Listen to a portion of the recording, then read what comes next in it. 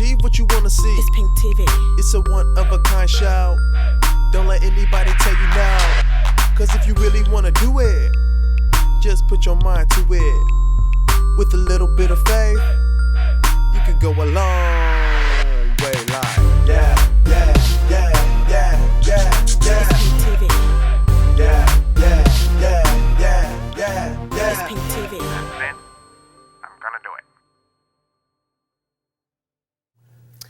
P.I.N.K TV fans, I have a special treat for you today. For those of you who are looking to get into ministry or possibly even criminal justice, this story is for you. Help me welcome Pastor Daryl Stedham. Pastor Stedham, how are you doing? I'm doing fine, thank you. Good. So, you didn't always start off as a pastor. You were a cop first. Yeah. What was it like being a cop in your earlier years in your career? Oh, it's very exciting. Being a cop is a constant change, and no day is the same. You get a chance to make contact with different types of people, and you also get a chance to feel as though that you are making a difference in the community, as well as encouraging and mentoring people who might be going on an opposite or criminal path. So it was very exciting. Nice. And while you were a cop and, doing those duties, the everyday tasks of, getting calls and replying to inmates, did you see yourself kind of molding into someone that knew they wanted to help people? Yeah, a lot of times when you're young, and it's been a while since I retired, but a lot of times when you're young, you want to be a lot of things. And you know how that can fluctuate, or you will know as you grow older that that can fluctuate. Mm-hmm. And the only thing that I could see myself doing at the time that I wanted to be a cop was to embrace the excitement, kind of live on the edge and still get a paycheck. Mm-hmm. Mm-hmm. So the aspects of really rendering help and I guess you might say a pinch of love and direction to people of that particular career, it didn't dawn on me until I actually went hands-on. Hands-on. And having this career as a cop, do you think that maybe that molded you into wanting to do more to help people, more than just telling them, hey, don't do this because it's against the law?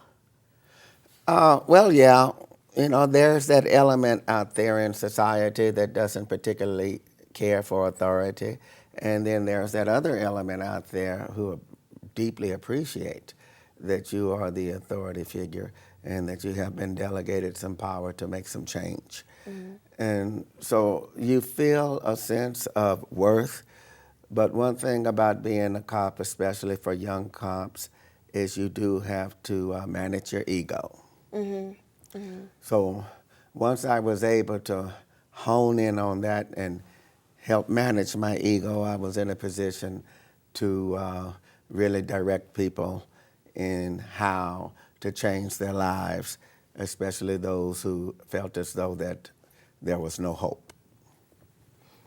Okay. And having a hope for more, did you feel when you were a cop that there was something more that you were supposed to do, more so than just to protect and serve under the law? Yeah, you not only take risk going around a dark corner, but you also take risk in giving direction, giving advice. And sometimes you have to pull someone around the corner and you have to just engage with a personal dialogue with them. And sometimes it works and sometimes it doesn't. But for the most part, my last assignment was in the jail division, wherein they couldn't just walk away as they could on the streets when you were trying to give them some sound advice. about making positive changes in their lives. And sometimes in a controlled atmosphere like that, you can reach them a little bit more. What made you want to transition from cop to pastor? Well, I will say, looking back in retrospect, is that pastoralship found me. It's not that I reached out to it, Wow. but I think it was reaching out to me, and it embraced me, and I just accepted. You just kind of said, I have this feeling, and I feel like I have a calling, and I'm going to accept it. Yeah, And move with that. At the time, I was deeply involved in the church, and again, I would give advice to people who were feeling as though that I can't get out the rut, and I'm having difficulty changing bad habits.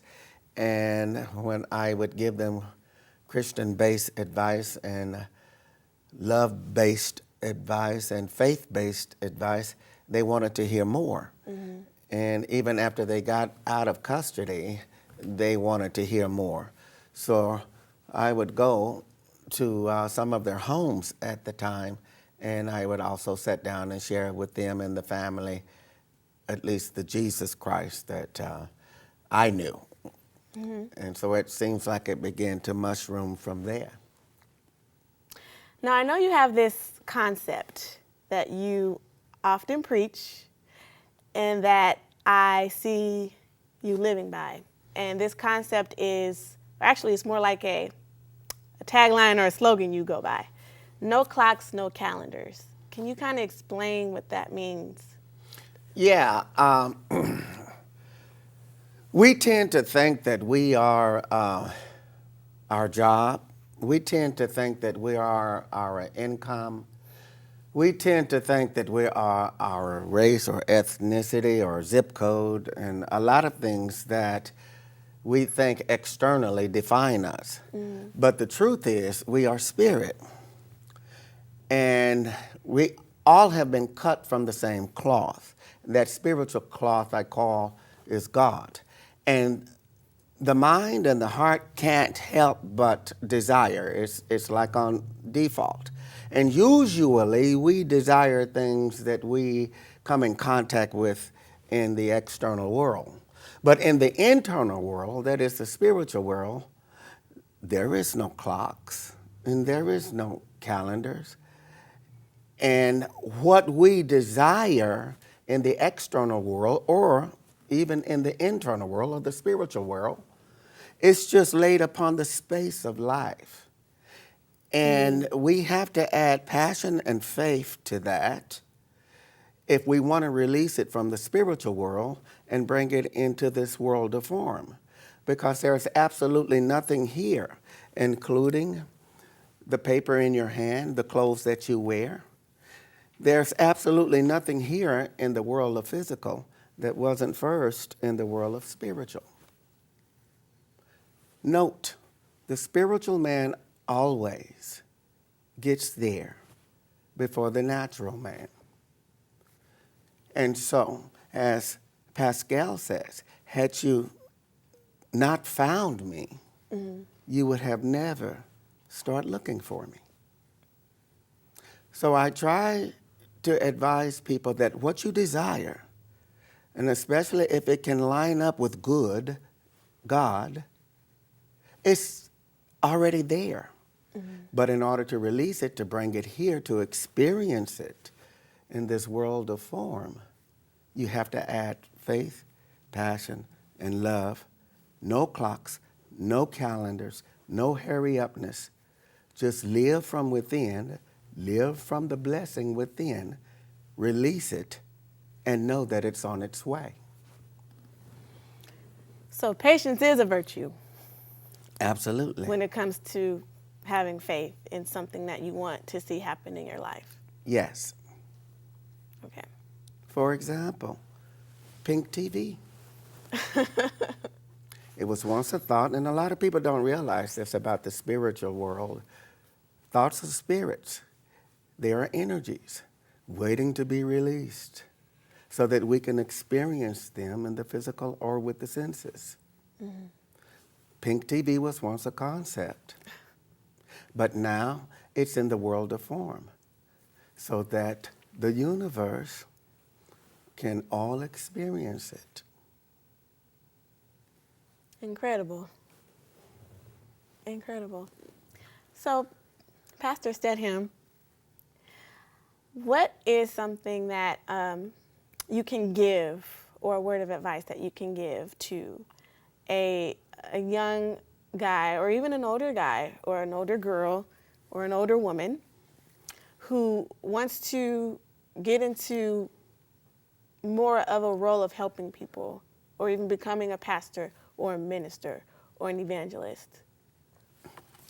Realize this one thing for sure, as I made mention at the onset of this interview, that we're all cut from the same cloth. You may wear the female gender or covering. I wear the male covering. But whether you're in China or whether you're here in America, doesn't matter. Beneath the veil, there's nothing but God. We all have different desires. We all have different hope fors. And if we want to experience them here for this temporary time that our physical form is here, that we will have to add faith.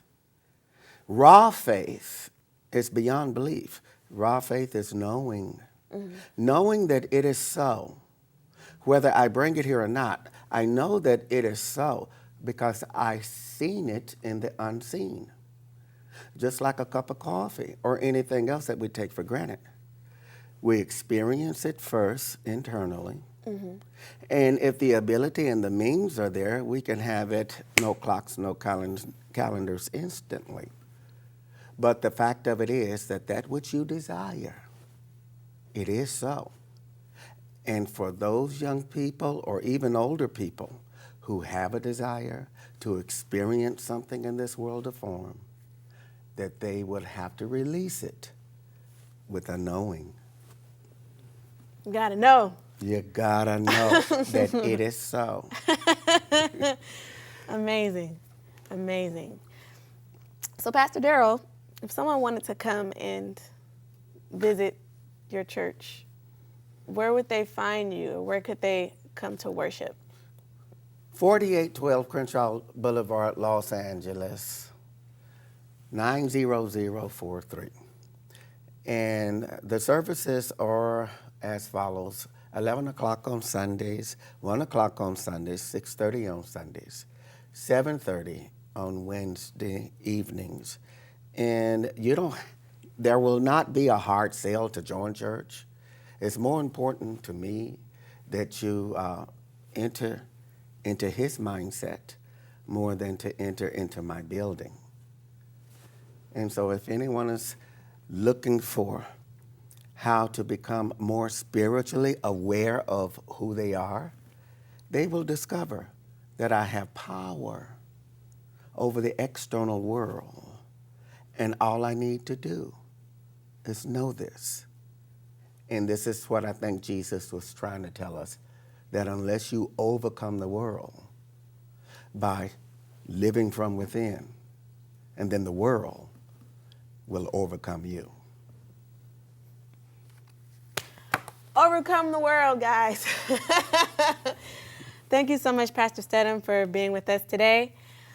Thank you guys for watching, and we will see you next week on P.I.N.K TV. To learn more about the Saving Station, visit their Los Angeles location or contact Saving Station at att.net. To learn more about P.I.N.K TV, visit our website, Facebook page, Twitter, and IG accounts. And don't forget to like and subscribe. Thanks for watching.